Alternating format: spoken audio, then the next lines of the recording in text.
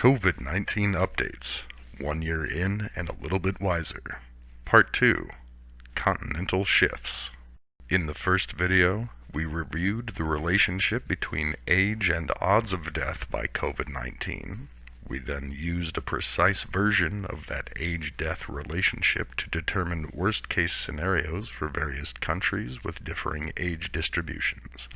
And we ended by looking at how an awareness of a country's worst-case scenario provides additional insights into how well that country is handling the pandemic. In this second video, we'll look at continent-scale patterns that show up when we measure the outcomes of 147 different countries using my worst-case-normalized metric. We'll see which continents had the greatest risk and how well each continent has mitigated their risk. First off, let's start with a look of the worst of the worst-case scenarios. 28 of the 30 worst-case scenarios belong to European countries, and thus to Europe in general.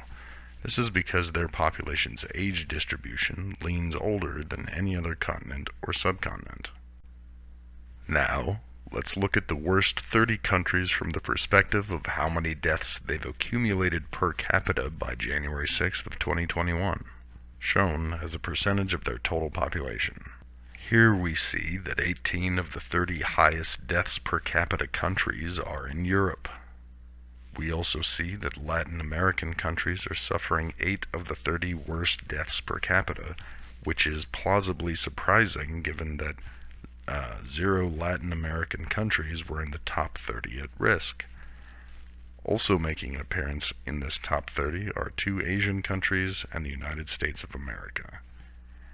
Now we'll look at the 30 worst performing countries relative to their own worst case scenarios.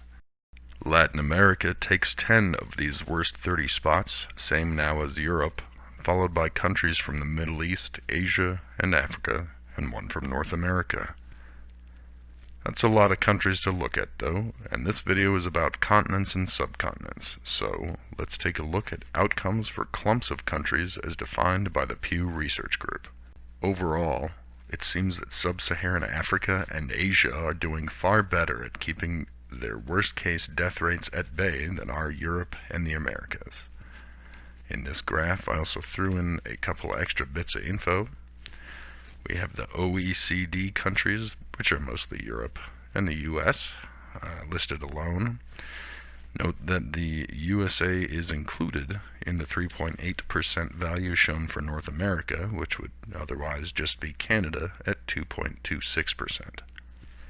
We can then further zoom in to the UN-defined subcontinent country clumps.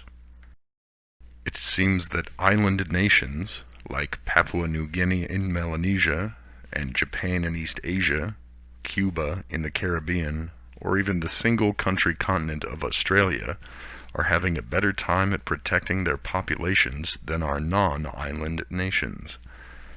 I find this unsurprising since you can't die from a virus you don't catch, and because it seems to me that it's easier to keep viruses off of an island than to keep your neighboring country's viruses outside your border. We can also see that Northern Europe is further from their worst-case outcomes than our Eastern, Western, or Southern Europe in order, and that the Asian nations seem to have a better handle on things than do the nations of the Americans. But, really, big picture, given that every country could have hit 100% of their worst-case death rates by now, most are doing all right with this, historically, once-in-a-century challenge.